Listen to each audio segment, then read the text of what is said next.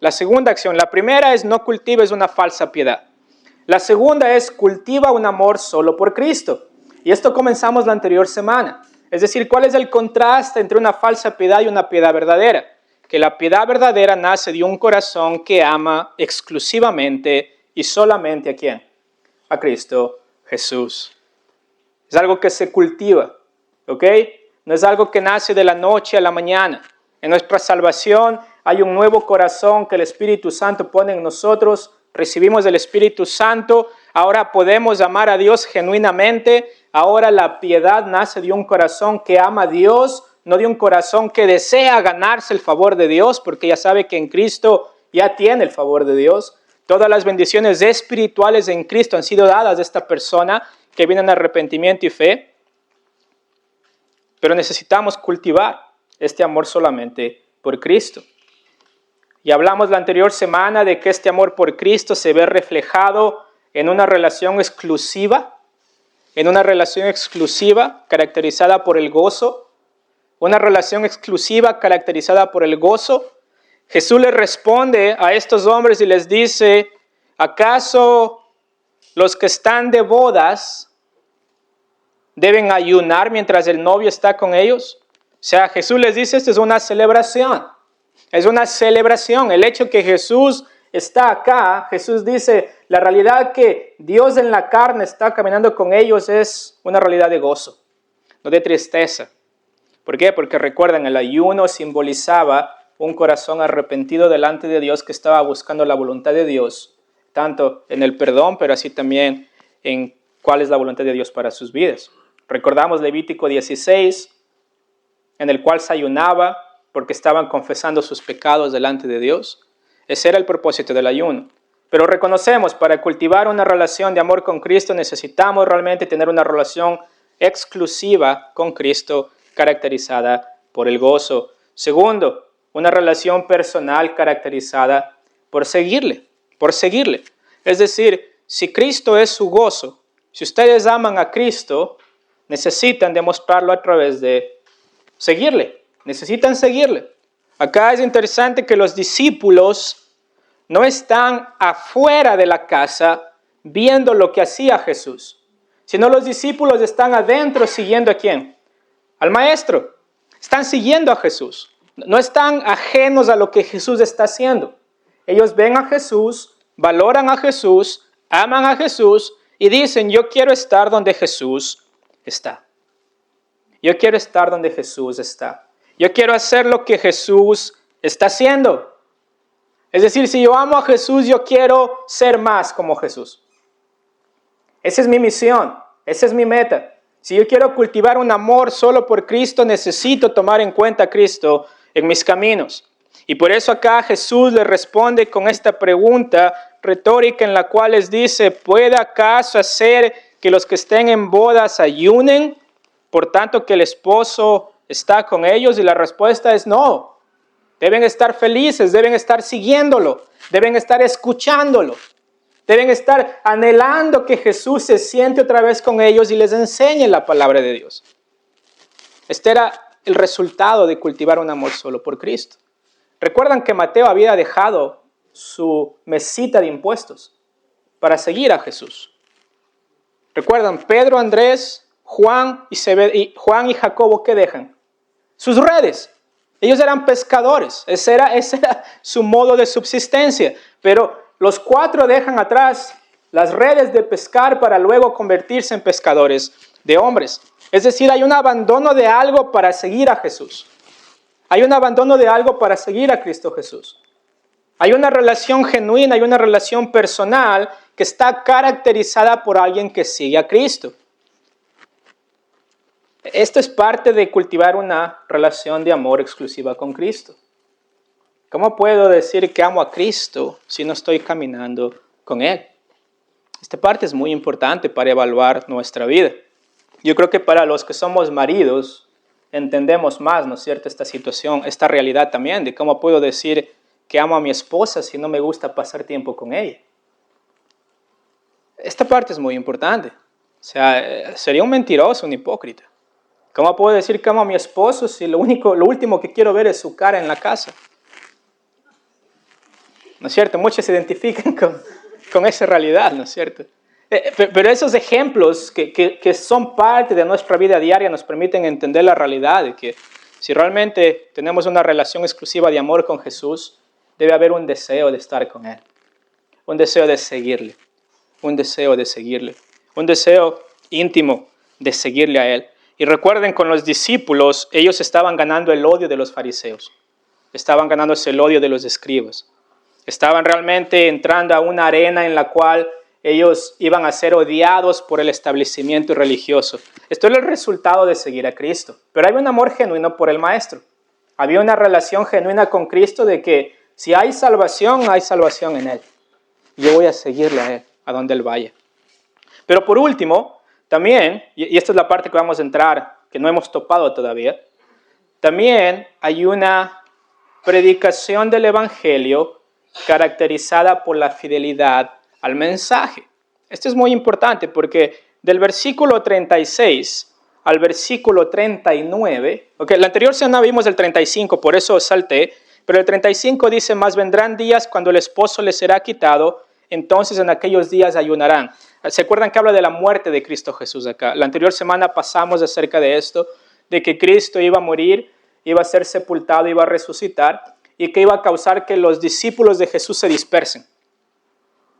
Recordamos, el único que se quedó fue Juan con María, su madre. Pedro negó a Cristo 3 veces, Judas fue y se ahorcó. Los demás discípulos regresaron a sus actividades diarias de trabajo. Hubo una dispersión, pero luego, después de la resurrección, Jesús se presenta a sus discípulos y son 40 días de discipulado con Cristo. Cristo resucitado, 40 días que Él estuvo en la tierra después de ser resucitado y que hubo esa realidad de seguirle a Jesús, de estar con Jesús. Pero tercero, yo creo que hay una realidad muy, pero muy importante. Y si queremos cultivar un amor exclusivo por Cristo, necesitamos predicar el Evangelio siendo fieles al mensaje del Evangelio. Esta parte es clave, porque del versículo 36 al 39 hay 3 metáforas. Lucas lo llama una parábola. Si ustedes ven el versículo 36, dice, les dijo también una parábola. Acá tiene que ver el uso de la palabra parábola con una ilustración, con una metáfora. Es decir, hay una enseñanza detrás de esta historia que tienen ellos que recibir. Y Jesús lo hace tan simple para ellos, que no hay manera de equivocarse. No hay manera de equivocarse. O sea, no hay manera de sacar diferentes interpretaciones de esto, sino Jesús va a dar estas 3 ilustraciones para hablar de la exclusividad de su evangelio. Él va a hablar de la exclusividad de su evangelio. Es decir, no hay otro evangelio igual. No hay otro evangelio como el evangelio de Jesús. No hay un evangelio más por el cual alguien pueda llegar a ser salvo, sino solamente el evangelio de Jesucristo. Y estas 3 ilustraciones, tanto la del vestido como la de los odres, y al final va a haber un proverbio que era muy común en esa época, pero estas ilustraciones nos van a ayudar a entender la exclusividad del evangelio. Y la primera ilustración está en el versículo 36. Y esta primera ilustración tiene que ver con la de un vestido, Y nos dice el versículo 36, les dijo también una parábola y comienza con esta palabra, nadie, ¿ok? Es muy importante esta palabra, nadie. Y luego en el versículo 37 va también a utilizar y nadie. Y en el versículo 39 va a utilizar y ninguno. ¿Por qué es importante esto? Esta era una frase idiomática en el tiempo, tenía un significado muy profundo.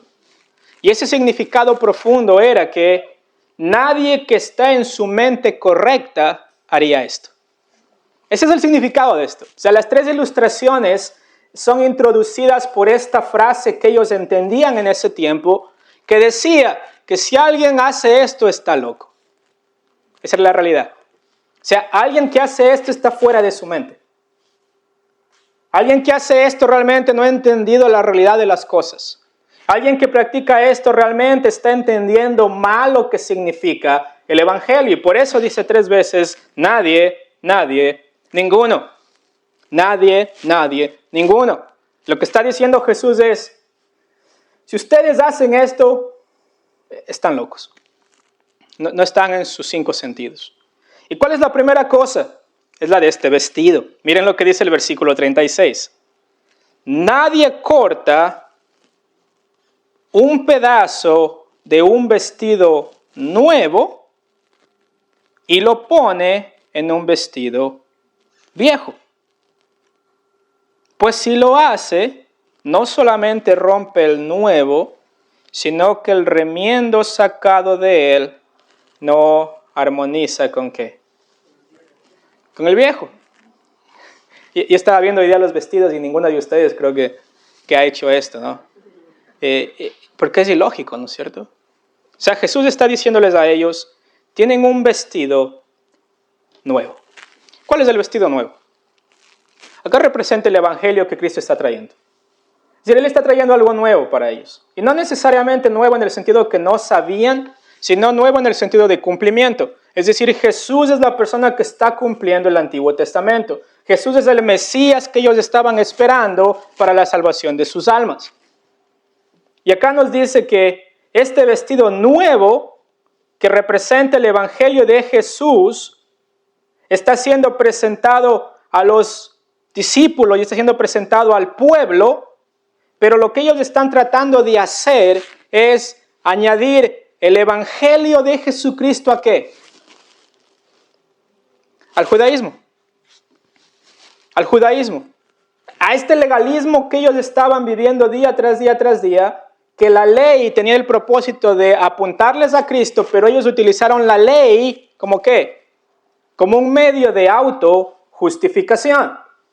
Como un medio de autojustificación. Entonces, si entendemos bien la imagen, alguien les regala un vestido bonito, nuevo, y ustedes dicen, ustedes tienen un vestido antiguo, ¿no es cierto? Viejo, sucio, arrugado.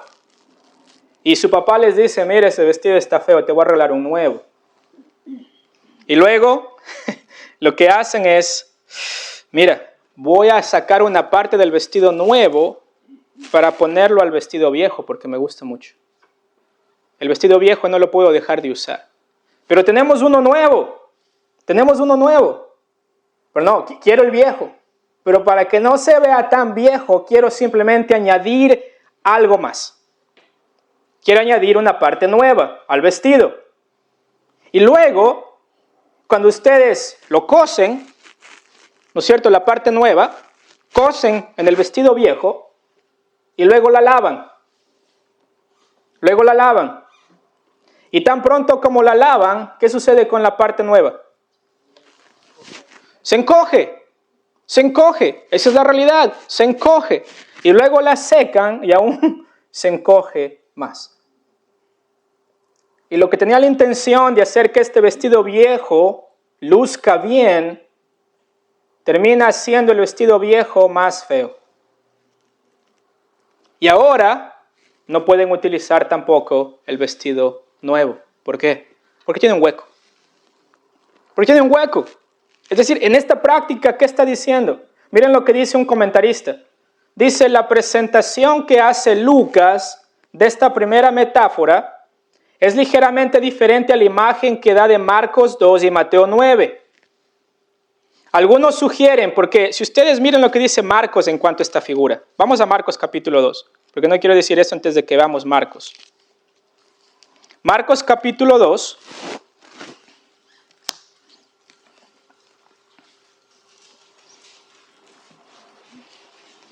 Marcos capítulo 2, versículo 21. ¿Lo tienen? Dice, nadie pone remiendo de paño nuevo en vestido viejo. De otra manera, el mismo remiendo nuevo tira de lo viejo. ¿Y qué está enfatizando acá?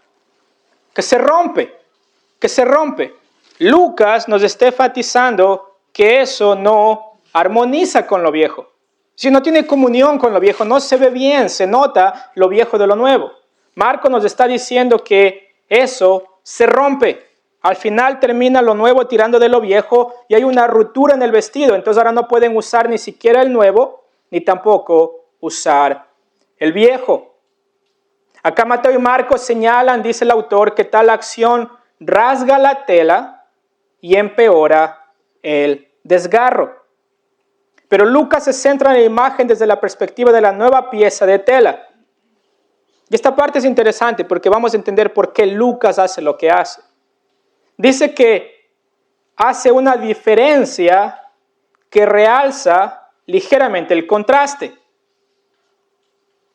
pero aún mantiene el punto que lo da Marcos y Mateo.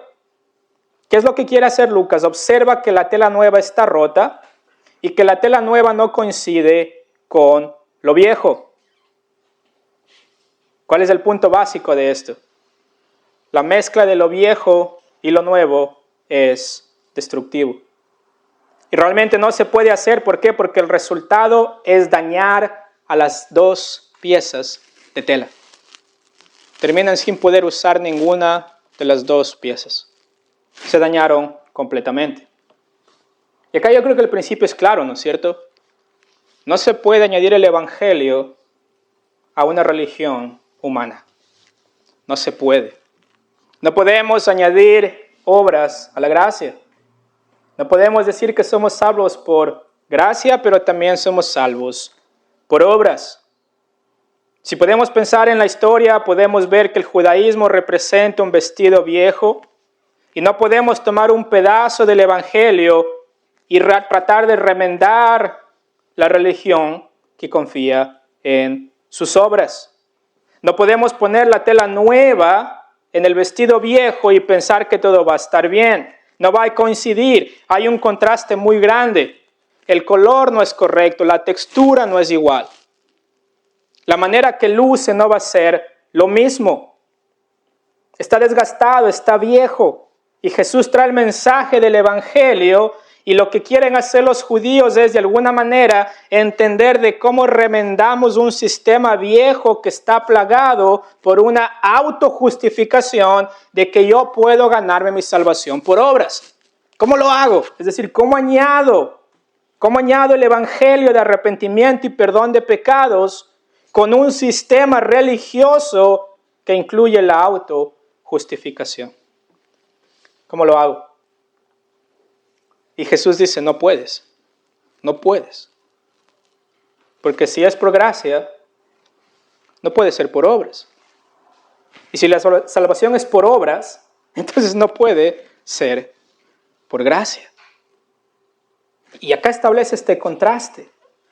No hay una armonía entre las dos. No puede haber un punto medio, un punto en común en el cual de alguna manera se puede añadir algo a la obra de Cristo Jesús. Incluso si ustedes recuerdan, Gálatas capítulo 1, versículo 8 y 9 nos dice lo siguiente. Mas si aún nosotros, está incluyéndose Pablo, o un ángel del cielo os anunciare otro evangelio diferente del que os hemos predicado, o sea que sea maldito. No se puede mezclar lo nuevo con lo viejo. Y dice, como antes hemos dicho, también ahora lo repito, si alguno os predica diferente evangelio del que habéis recibido, sea anatema, sea maldito, sea condenado. Esa es la palabra, sea condenado. No se puede mezclar el evangelio con otras religiones. No se puede decir, bueno, de alguna manera el católico llegará a ser salvo porque llega a ser bueno a un punto de su vida en el cual Dios se va a alegrar de él. O Dios va a encontrar placer en esa persona. No se puede. Es el vestido viejo tratando de añadir un remiendo del paño nuevo. Se dañaron los dos, pierden su esencia. Y yo creo que mezclar el evangelio de salvación de Cristo Jesús con obras hace las cosas mucho peores. ¿Por qué? Yo creo que primeramente porque provee una falsa seguridad de salvación. Es decir, mientras me porte bien, soy salvo. Si puedo de alguna manera hacer suficientes obras, soy salvo.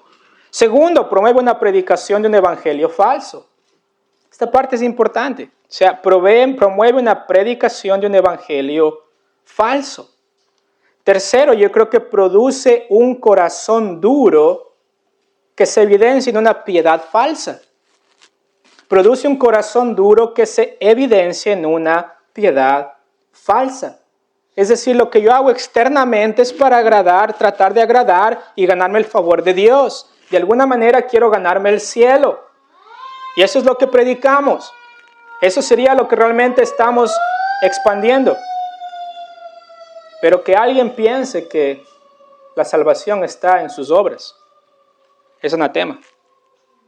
Es un evangelio falso. Cuarto, promueve el ecumenismo. ¿Qué es ecumenismo? Es decir, todas las religiones están en lo correcto. ¿Qué importa lo que ellas crean? Al final, todos los caminos llevan a Dios. Esto es falso. O sea, es falso, no es verdad. Jesús dijo en Juan 14:6, yo soy el camino, yo soy la verdad y yo soy la vida. Nadie viene al Padre sino solamente a través de mí. Solamente a través de Jesús. Y toda religión falsa tiene como premisa ¿qué? La salvación por obras. Toda religión falsa tiene este concepto de una moralidad hasta el punto de que si eres lo suficientemente bueno serás salvo. Pero Jesús dice, eso es como poner un remiendo del vestido nuevo en el vestido viejo. No hay armonía, dice Lucas. No están en congruencia el uno con el otro. Están realmente totalmente opuestos el uno con el otro. El uno es nuevo, el otro es viejo.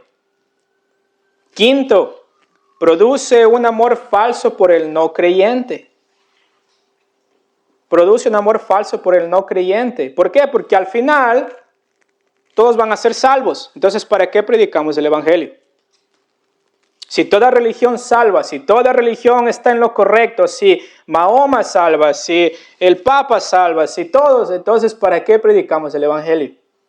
Entonces produce un amor falso por el no creyente, porque no hay un deseo de predicar a alguien que está yéndose al infierno, sino más bien hay un deseo de decirle a alguien que se porte bien. Pórtate bien, haz las cosas bien. Haz lo suficiente, haz lo suficiente para si al final de tu vida de alguna manera puedas salvarte. Pero mis hermanos, inclusive el asesino tiene momentos en los que él no mata. Pero en su corazón él desea hacerlo continuamente. Porque hay una depravación total del corazón. Entonces no tiene congruencia, no hay armonía. Necesitamos realmente reconocer que el tratar de añadir el evangelio como un elemento más de nuestra propia religiosidad tiene un peligro. Es un peligro. Y eso es lo que dice Jesús al principio. Necesitas predicar un evangelio que exclusivamente habla solamente de ¿quién? Salvación a través de Cristo Jesús por su obra en la cruz del Calvario. Pero quiero aclarar algo, ¿ok? Al hablar de lo viejo no estamos hablando del Antiguo Testamento, ¿ok? No se trata de esto. Debemos reconocer que el Antiguo Testamento es la palabra de Dios también. Es la ley de Dios, es pura, es santa, es eterno. Pero vemos que desde el Antiguo Testamento este evangelio ha sido prometido, que va a venir el Mesías. En este caso lo que estamos hablando es de esta religión que fue promovida de una autojustificación por sus obras, que cuando vino Cristo ni siquiera lo reconocieron, sino más bien le quisieron apedrear. Que cuando vino Cristo y dijo solamente yo soy la salvación, la persona dijo no, me quiero portar bien para mi salvación, dame cómo puedo portarme mejor para mi salvación. Pero Jesús les dijo no, es solamente a través de mí. Mis hermanos, pedazos del evangelio no pueden ser cocidos en un sistema religioso que está basado en la salvación por obras. Y Gálatas lo dijo claramente, si alguien predica un evangelio diferente, sea anatema. Sea anatema. Y esto es muy claro. O sea, necesitamos predicar un evangelio exclusivo, que es solamente el evangelio de Cristo Jesús. Nadie más puede ser salvo sino solamente a través de Cristo Jesús. La segunda ilustración en el versículo 37 tiene que ver con la ilustración de los odres. Si ustedes ven acá, dice el versículo 37, y nadie echa vino nuevo en odres viejos. De otra manera el vino nuevo romperá los odres y se derramará, y los odres se perderán. Mas el vino nuevo en odres nuevos se ha de echar, y lo uno y lo otro se conservan. ¿Cuáles son estos odres? Son estos contenedores en el cual en el primer siglo se fabricaban con piel de oveja o con piel de cabra. Ok, esa era la tradición. No tenían Tupperwares, no tenían contenedores plásticos. Ellos conservaban las cosas en pieles de animales. Normalmente sea la zona del cuello del animal se convertía en el cuello del recipiente, y cuando el animal era desollado, se le sacaba el pelo, se trataba la piel para que la piel no cambiara el sabor del contenido del vino en el cual ellos guardaban. Entonces era cocido, pero con el pasar del tiempo, ¿qué pasaba con la piel del animal? Sí, debido al vino, debido a la fermentación del vino, la piel del animal se expandía, porque había gases que emitía a medida que se iba fermentando el vino. No les pido que sean expertos en vino, ¿ok? En ese tiempo, recuerdan, ellos almacenaban, no necesariamente era vino para emborracharse, era una bebida que ellos tenían. Y acá nos dice que a medida que eso se fermentaba, esta piel de animal se iba expandiendo hasta el punto de ¿qué? De romperse. Se rompía debido a la expansión. Entonces no estaban hechos para usar para siempre. ¿Ok? Se liberaba el gas, se expandía y se rompía. Entonces, en la práctica era fundamental utilizar ¿qué? Odres nuevos. Es decir, eso era lógico. Si querían realmente conservar la pureza de la bebida, necesitaban ellos utilizar odres nuevos.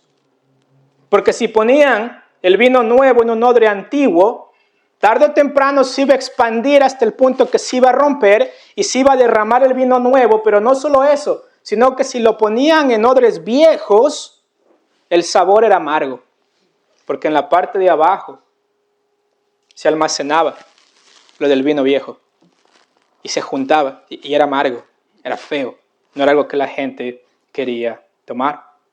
Entonces, ¿qué está diciendo acá, no es cierto? Que si toman este vino nuevo, lo ponen en odres viejos, tienen grietas, se van a quebrar. Cuando se expande, se iba a derramar y se iban a arruinar. Entonces, ¿qué le está diciendo Jesús a ellos? No puedes vertir el evangelio en un corazón que está plagado por una autojustificación, en un sistema que está confiando en sus propias obras. La persona no puede pensar que, bueno, mis obras más el evangelio de Jesucristo. Mis obras más el evangelio de Cristo. El catolicismo más el evangelio de Cristo. El mormonismo más el evangelio de Cristo. Los testigos de Jehová más el evangelio de Cristo. El musulmán más el evangelio de Cristo. Son odres viejos. Están basados en salvación por obras. Y Jesús con esta imagen les dice, no puedes poner el evangelio en ningún otro sistema religioso. No puedes. No puedes hablar de salvación por gracia y luego decir, pero hablamos de Cristo. No puedes creer que tú puedes pagar dinero para llevar a tu familiar al cielo y después decir, pero amo a Cristo. No puedes pensar que el bautismo salva cuando eres niño y pensar también que Cristo te va a salvar. Son sistemas viejos, sistemas caducos. No puedes poner el evangelio en un sistema de justicia por obras. No puedes poner el evangelio en un sistema que dice Cristo puede salvar, pero también se abre la posibilidad para que alguien más sea el Salvador. O Cristo no es suficiente, necesitamos algo más. Pero mis hermanos, el evangelio no puede ser mezclado con lo viejo. No puede ser puesto en un sistema viejo, caduco, porque tarde o temprano va a ser confundido. Y si ustedes abren la puerta a un testigo de Jehová o un mormón, ¿les hablan de Cristo o no? Les dicen el nombre de Jesús. Les hablan del nombre de Jesús. Les hablan que creen en Jesús. Es impresionante. O sea, es impresionante la perversión que causa el tratar de poner el evangelio en una religión falsa.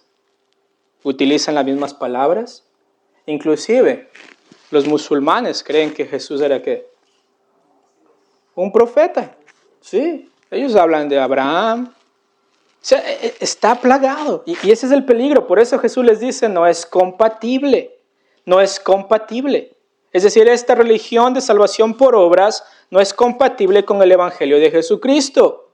¿Por qué? Porque si ustedes toman el evangelio y lo ponen en un sistema de salvación por obras, el evangelio ¿qué? Se anula. Porque ya no es solamente la obra de Cristo. Es algo más. Algo más. Necesitamos añadir algo más a la obra de Cristo. Pero mis hermanos, no es compatible. Por eso Pablo en Gálatas capítulo 5, versículo 4, lo puso de esta manera. Habéis sido separados de Cristo, vosotros que buscáis ser justificados por la ley, habéis caído de la gracia. Impresionante. Los que buscan ser justificados por sus obras, no necesitan de la gracia de Dios. Esto es irónico, es con ironía que lo digo, porque todos necesitamos de la gracia de Dios para ser salvos. Pero el que piensa que se lo hace a través de sus obras, ese no es el evangelio. Entonces Jesús les dice, el evangelio del perdón, el evangelio de la gracia de Dios, a través de la fe en Cristo Jesús no puede ser puesto en un sistema viejo, en una piel de animal seca, quebradiza, en un sistema de justicia por obras. No puede, ¿por qué? Porque tarde o temprano va a perder su sabor exclusivo. Tarde o temprano va a perder ese elemento único de que solamente a través de Cristo hay salvación. Lo va a perder y se va a mezclar. Y después terminamos con todas las religiones del mundo teniendo a su propio Jesús, siendo salvos a su propia manera. Miren lo que dice Gálatas, capítulo 5. Quiero que vayamos a Gálatas. Gálatas es un libro que condena mucho los que estaban buscando la salvación por obras. Y condena mucho al judaísmo que intentaba traer otra vez las obras de la ley para salvación. Miren lo que dice acá el versículo 7. Comencemos por el versículo 6, por favor. ¿Lo tenemos? Porque en Cristo Jesús ni la circuncisión vale algo ni la incircuncisión, sino la fe que obra por el amor. Dice a los Gálatas, vosotros corríais bien, ¿quién os estorbó para no obedecer a la verdad? Esta persuasión no procede de aquel que os llama. Un poco de levadura, esta es otra ilustración. ¿Leuda qué? Toda la masa. Yo confío respecto de vosotros en el Señor, que no pensaréis de otro modo, mas el que os perturbara llevará la sentencia quien quiera que sea. Y yo, hermanos, si aún predico la circuncisión, ¿por qué padezco persecución todavía? En tal caso se ha quitado el tropiezo de la cruz. Ojalá se mutilasen los que os perturban. Aquí había gente que decía, necesitas Cristo y la circuncisión para ser un verdadero creyente. Y Pablo dice, o sea, si pensamos de esta manera, entonces ya no es necesaria la cruz. Ya no es necesaria la cruz. Y luego termina el 12 diciendo, en medio de la circuncisión, ojalá se mutilasen ellos. Para que entiendan que no es la obra de la circuncisión la que salva, sino es solamente la obra de Cristo Jesús en la cruz. Miren lo que dice Romanos capítulo 3. ¿Lo tienen? Miren lo que dice el versículo 21. Pero ahora, aparte de la ley,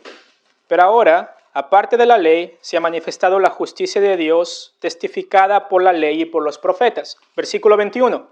¿Se ven acá? Entonces, Pablo lo que está diciendo Lucas, en Lucas 5, no está hablando mal del Antiguo Testamento. No está diciendo que ya no es pertinente para nosotros, sino dice que ellos apuntaban ¿a qué? A esta manifestación de la justicia de Dios, la cual estaba en Cristo Jesús. Miren lo que dice el versículo 22. La justicia de Dios por medio de la fe en Jesucristo para todos los que ¿qué? Los que creen en Él. Versículo 23. Por cuanto todos pecaron y están destituidos de la gloria de Dios, siendo ¿qué? ¿Cómo es alguien salvo delante de Dios? ¿Cómo alguien puede ser declarado inocente delante de Dios? ¿Cómo alguien puede llegar y decir, no hay condenación para mí por mi pecado? ¿Cómo? Y acá dice en el versículo 24, siendo justificados, ¿cómo? Gratuitamente por su gracia mediante la redención que es en Cristo Jesús. Es decir, nosotros no tuvimos que pagar el precio de nuestra redención, porque no podíamos. Y traer el vestido viejo o traer el odre viejo y poner un vino nuevo ahí significa que de alguna manera estoy diciendo que aunque Cristo murió por mí y pagó el precio completo por mis pecados, todavía necesita de mis obras para salvarme. Y acá Pablo les dice a los romanos, siendo justificados gratuitamente por su gracia, mediante la redención que es en Cristo Jesús, a quien Dios puso como ¿qué? Versículo 25. A quien Dios puso como propiciación por medio de la fe en su sangre. Sacrificio por el pecado. Para manifestar su justicia a causa de haber pasado por alto en su paciencia los pecados pasados, con la mira de manifestar en este tiempo su justicia, a fin de que, y voy a poner Cristo acá, porque es Cristo, a fin de que Cristo sea el justo y el que justifica al que es de la fe, ¿de quién? De Jesús. El único justo es Cristo Jesús. El único que justifica es Cristo Jesús. Nadie más, ningún otro hombre puede hacer esa obra de salvación. Nadie más, ninguna otra religión. Y dice acá en el versículo 27, ¿dónde pues está la jactancia? Queda excluida, ¿por qué? Porque nadie puede decir, yo soy lo suficientemente bueno para salvarme. Nadie puede decirlo, nadie puede jactarse de que entró al cielo por sus obras. Y acá dice, ¿por cuál ley? ¿Por la de las obras? No, sino por la ley de la fe. Concluimos pues que el hombre es justificado por fe sin las obras de la ley. ¡Wow! Eso es gracia, ese es el evangelio de Jesucristo. Y los fariseos no lo entendían, no lo querían procesar. ¿Por qué? Porque ellos decían que cumplían la ley a cabalidad. O sea, la cumplían hasta el último mandamiento, pero sabemos que eso era mentira, porque Jesús demostró el corazón engañoso de ellos, que al tratar de ser perfectos en la ley hizo lo que estaba determinada a hacer, mostrar la pecaminosidad del corazón del hombre y mostrar la necesidad que tiene de Cristo Jesús para salvarlo. Y Romanos lo dice. Mis hermanos, el evangelio no debe ser mezclado con una religión falsa. No puede ser mezclado con una religión falsa. El evangelio puro de Jesucristo necesita mantenerse puro. Es nuestra labor predicarlo de esa manera. Es nuestra labor compartirlo de esa manera. Porque si ustedes leen Tito capítulo 3, versículo 4, Tito capítulo 3, versículo 4, pero cuando se manifestó la bondad de Dios nuestro Salvador y su amor, ¿para qué? Para con los hombres, nos salvó, ¿ok? Nos salvó. ¿A través de qué? Dice, no por obras de justicia que nosotros hubiéramos hecho, sino ¿por qué? Por su misericordia, por el lavamiento de la regeneración y por la renovación en el Espíritu Santo, el cual derramó en nosotros abundantemente por Jesucristo nuestro Salvador, para que justificados por su gracia viniésemos a ser herederos conforme a la esperanza de la vida eterna. Nos salvó no por obras de justicia que nosotros hubiésemos hecho. Es solamente Cristo.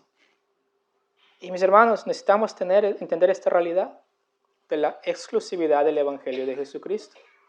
Necesitamos ser fieles a predicar. Por eso tenían un problema los fariseos. Y miren lo que dice Lucas capítulo 5, porque llegamos a la tercera ilustración y a la final. Si me regalan 5 minutos, termino. Miren lo que dice el versículo 39. ¿Ok? En la tercera ilustración, lo que Lucas va a hacer, él va a utilizar un proverbio que era muy común en la época. Miren lo que dice el versículo 39. Y ninguno que beba del vino añejo quiere luego el nuevo, porque dice que el añejo es mejor. ¿Para qué utiliza Jesús este proverbio acá? ¿Por qué lo dice? Es interesante cómo lo menciona este proverbio conocido para los judíos. ¿No es cierto? Es como nuestros proverbios, el que anda con lobos, aullar aprende, ¿no es cierto? Es muy similar a ese proverbio. Y es interesante acá que utilice este proverbio que puede significar esto. Ustedes han determinado su curso y no cambiarán sus vidas antiguas. Es decir, les dice a ellos, han tomado algo por tanto tiempo, por tantos años, y cuando viene Jesús y les dice, este es el Evangelio de Jesucristo, este es mi Evangelio. Eso es por lo que ustedes han estado esperando. Pero lo que sucedió es que los judíos han estado haciendo algo por tantos años que no les interesaba en lo absoluto el Evangelio de Jesucristo. Era uno más. No era el único, no era lo nuevo. Era un Evangelio más del montón. Y mis hermanos, yo creo que esto es cierto, ¿no es cierto? Cuando hablamos de gente que ha estado en religiones por mucho tiempo, se sienten cómodas. Se sienten muy cómodas con cumplir. Cumplir. Cumplo con esto, cumplo con este sacramento. Cultivan con gusto su tradición, cultivan con gusto la experiencia. Y en este caso, el judaísmo, que tenía que haber esperado a Cristo y estaban atentos de la venida de Cristo, se olvidaron del Evangelio de Jesucristo. Es decir, ellos eran fariseos, como dijo un comentarista, eran fariseos y escribas hasta la muerte. Fariseos de cepa. No veían el Evangelio de Jesucristo, estaban satisfechos en sí mismos. Habían hecho esto por tantos años que no veían la necesidad de cambiar. Eso nos enseña mucho, mis hermanos. Porque hay veces que inclusive como cristianos estamos en la iglesia por tanto tiempo, pero nunca hemos confiado en el Evangelio de Cristo Jesús, porque seguimos confiando en una salvación por nuestras obras. Aún más la tradición. Si ustedes se dan cuenta, hay gente que muere en su tradición y dice, no me van a convencer de otra cosa. Esto es lo que yo creo, esto es lo que yo sé. Yo tengo que portarme bien y voy a morir así. No me van a convencer. Pero vemos con el proverbio, mis hermanos, que el Evangelio de Cristo es único. El Evangelio de Cristo rompe los paradigmas de la religión hecha por manos de hombres. El Evangelio de Cristo es el único que puede salvarnos. Y si vamos a cultivar un amor genuino por Cristo Jesús, necesitamos mantenerlo puro. Necesitamos predicarlo tal como está. No lo adaptamos, no lo cambiamos, no lo modificamos, no lo mezclamos. Lo mantenemos puro tal como está escrito. Vamos a orar. Amado Señor, gracias por este tiempo y por su palabra. Rogamos, Señor amado, que nos guarde al salir de este lugar, Señor amado, que su presencia vaya con nosotros, que no nos vamos a ningún lugar, Señor amado, si no es su voluntad. Y ruego, Señor y Dios, que en su gracia usted nos sostenga y que podamos seguir confiando en su Evangelio y seguir predicando el Evangelio verdadero. En el nombre de Cristo Jesús. Amén.